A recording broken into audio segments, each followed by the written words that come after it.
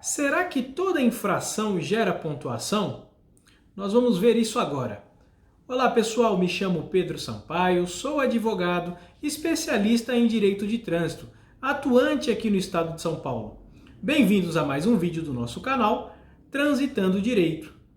Conforme a série de vídeos que eu tenho feito a respeito das alterações do Código de Trânsito, hoje nós falaremos acerca de uma alteração muito interessante no que tange a questão de pontuação. Tá? Lá no artigo 259 do CTB, vem dizendo lá a quantidade de pontos de acordo com a natureza da infração, né? Leve, média, grave ou gravíssima. Só que nós temos que nos atentar agora lá para o parágrafo 4º do artigo 259. E diz lá o parágrafo 4º que todo condutor identificado ele será responsabilizado pela infração, né? Ou seja, pela pontuação, exceto algumas infrações aí que o Código de Trânsito está trazendo. E quais são elas? Bom, segundo consta, e isso daí é mais do que natural e seria óbvio, né? Os motoristas de transporte coletivo de passageiros, eles passam a não responder então pelas infrações cometidas pelos passageiros, tá? Até pelo fato que não teria como, né, o motorista do ônibus, por exemplo, conduzir o ônibus e ao mesmo tempo fiscalizar lá seus 40, 50 passageiros se eles estão ou não cometendo alguma infração. Então, muito interessante essa questão. A segunda exceção, ela é bem taxativa, tá? Ela já traz lá quais são os artigos que, em tese, não poderiam impor pontuação no prontuário do condutor identificado. Então, quais são eles? Tá? É o artigo lá do 221, tá? Que é o conduzir, portar, né, no veículo placas em desacordo com as resoluções do CONTRAN. Então, são aquelas placas veiculares que não estejam nos padrões trazidos pelo CONTRAN. Tá? Nota que isso aí acaba sendo uma infração do proprietário, né? Não seria nem do condutor. Tá? A segunda exceção, a do artigo 230, inciso 7, que é justamente conduzir veículo com cor ou característica alterada. Da mesma forma, temos aí uma infração do proprietário, tá? Não seria também do condutor, mas mesmo assim não está sendo mais pontuado. Temos lá a infração do artigo 230, inciso 21, que seria o quê? Conduzir veículo de carga sem as inscrições previstas no CTB. Por exemplo, você verifica lá aqueles caminhõezinhos, né, que na traseira vem escrito lá o quantidade de carga total que ele poderia suportar, a tara, né, em relação à carga. Isso tudo é uma infração caso não conste lá no caminhãozinho ou no veículo de transporte de carga.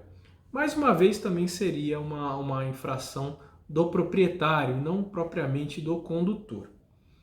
Temos também lá a infração do artigo 232, que é conduzir veículos sem documentos de porte obrigatório. Inclusive, nós temos um vídeo no nosso canal falando a respeito disso, a questão do documento do veículo, né, do CRLV, a questão da própria CNH, agora com a alteração do Código de Trânsito, que mostra que se o agente de trânsito conseguir, por meio de sistema, e se esse sistema estiver disponível, ele conseguir consultar que você realmente é habilitado, e sua habilitação está em dia, que realmente o veículo está registrado e o licenciamento está em dia, então não haveria por que autuar, não haveria infração. Tá?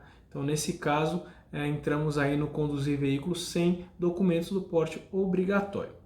O artigo 233, que é bem conhecido, que é deixar de efetuar o registro do veículo no prazo de 30 dias, tá? Também ensejava infração, agora não enseja pontuação, continua sendo infração, mas não ensejaria pontuação. E pelo que se nota, também seria de responsabilidade do proprietário, não propriamente do condutor. Tá? Temos lá também a infração do artigo 240, que é deixar de promover a baixa do veículo irrecuperável. Aqueles veículos que por acidente ou por qualquer situação eles dão perda total. Tá? Então cabe ao proprietário ir até o Detran e fazer todo aquele procedimento de baixa, e se quiser depois de devidamente dado baixa nesse veículo, pode inclusive vender as peças aí para os desmanches legalizados. Também é uma questão do proprietário. E por último, o artigo 241 lá, que é deixar de atualizar o cadastro do registro do veículo ou da CNH. Tá? Nesse caso também poderia ser tanto para condutor quanto proprietário. Então, mudou de endereço, teria que ir lá então no Detran e atualizar o endereço do seu veículo, atualizar o endereço na sua CNH. Tá? Tem uma observação aí que também estaria aí excepcionado, o artigo 233A. Só que ele foi vetado, tá? Então não tem efeito, não existe o artigo 233A.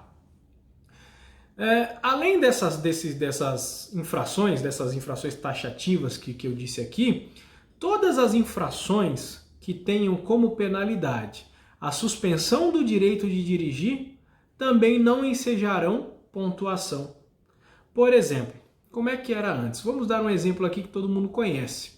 Você se recusar lá o teste do etilômetro, do bafômetro, o artigo 165A. Está previsto lá a suspensão de 12 meses do direito de dirigir, certo? Perfeito. Antes da alteração, o que acontecia? Você ia lá, você era autuado, então iria ser imposto no seu prontuário 7 pontos, e além dos 7 pontos, vinha lá o processo de suspensão do direito de dirigir. Agora não mais. O processo de suspensão do direito de dirigir vai acontecer, pode acontecer, mas a pontuação não cai no seu prontuário. Então muita gente vai ver aí, às vezes sendo autuado por uma infração que gera suspensão, por exemplo, a infração do artigo 218.3, que é transitar com velocidade maior do que 50%, aí a pessoa vai ver, puxa, eu cometi a infração, mas a pontuação não caiu no meu prontuário, puxa, o Detran errou, então eu estou livre disso? Não, a pontuação não vai mais cair no prontuário. Tá? Lembrando que, mesmo que toda a pontuação não caia no prontuário, esses artigos continuam sendo infrações. Então, haverá ainda a penalidade de multa, ou seja, o pagamento da multa, haverá também as consequências administrativas. Então, se qualquer uma dessas infrações, por exemplo, preveja a retenção do veículo para regularização, o veículo vai ser retido para regularização. Não conseguiu regularizar no local, ele vai ser removido ao pátio. Tá bom, pessoal? E por conta disso, já que não vai ter mais pontuação, então eu não vou precisar mais me defender? Sim, como eu falei, vai continuar tendo todo aquele processo para se defender. Porque não tem a pontuação, mas a penalidade de multa ainda existirá. A penalidade de suspensão do direito de dirigir ainda existirá. Então você vai ter a oportunidade da mesma forma de apresentar defesa e recursos administrativos, seja da infração, como também da eventual processo administrativo de suspensão do direito de dirigir. Ok, pessoal? Então fica aí essa informação. Acho interessante todo mundo dar uma olhada lá no CTB para maiores dúvidas. Gostou desse vídeo? Se inscreve em nosso canal, ative as notificações. Até a próxima e forte abraço!